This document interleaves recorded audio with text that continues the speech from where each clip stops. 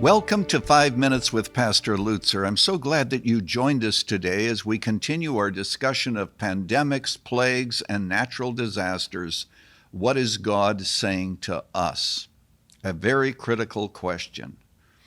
Now, I want to suggest that natural disasters are actually a preview of future judgments.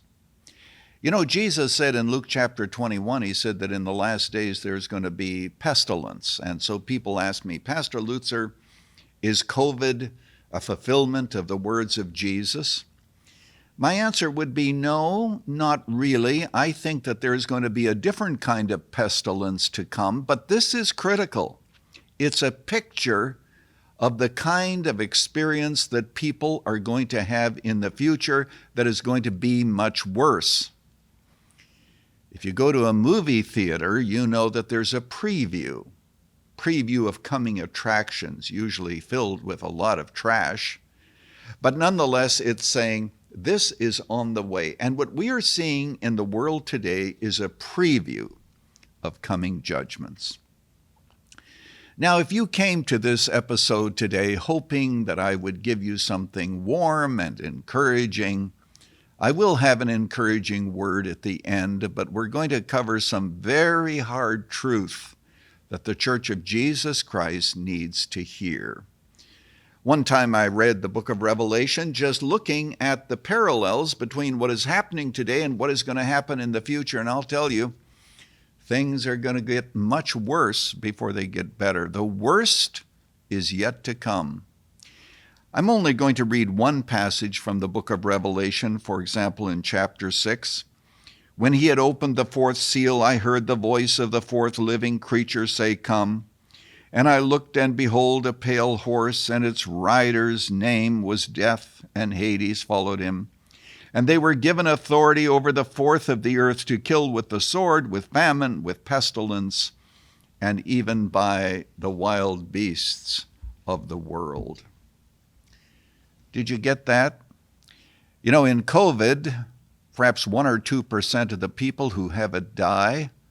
Imagine being in a plague where a fourth of the people die, either with sword or pestilence.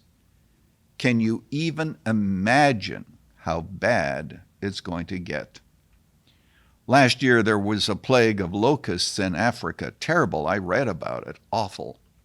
But if you look at Revelation chapter 9, you discover that there are locusts like scorpions that come to torment human beings. Far worse than we saw in Africa. When we look at these natural disasters, we have to recognize that God is saying the worst is yet to come.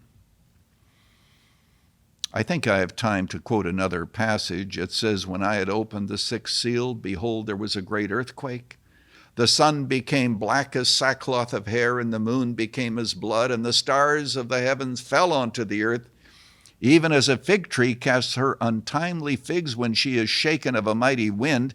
The heavens departed as a scroll when it is rolled together, and every mountain and island removed out of its places, and the great men and the rich men and the bondmen and the free men hid themselves in the dens and caves and rocks of the mountains, and said to the mountains and rocks, Fall on us and hide us from the face of him who sits on the throne and from the wrath of the Lamb." Can you think of anything more terrifying than the natural disasters that are still going to come on the earth? When you look around today, God is saying, prepare, because the worst is yet to come. And isn't it wonderful that Jesus is the one who delivers us from the wrath to come, the wrath of the Lamb, the wrath of God. And that's the point that is very hopeful. I say to you today with a sorrowing heart that this world is headed for great judgment during the period that we call the tribulation. And so if you want a hopeful word today, I can do nothing better than to quote the words of Anne Cousins. Now, her husband was a pastor in Scotland. And perhaps you have heard me quote these words before because I love them so much. O Christ, what burdens bowed thy head! Our load was laid on thee. Thou stoodest in the sinner's stead, didst bear all ill for me.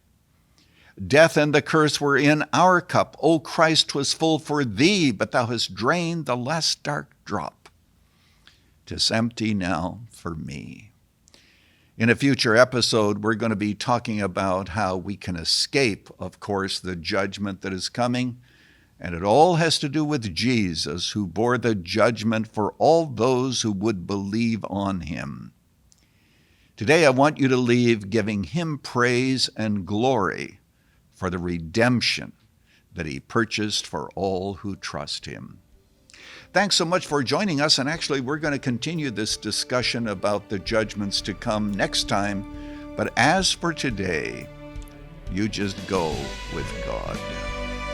Thanks for joining us for 5 Minutes with Pastor Lutzer. Moody Church Media exists to bring glory to God through the transformation of lives, and we believe this can happen through solid biblical teaching. Access our resources at moodymedia.org or follow us on Facebook at facebook.com/Moody Church Media. Join us next Monday as we continue to explore the deep truths of the Bible and the Christian faith together.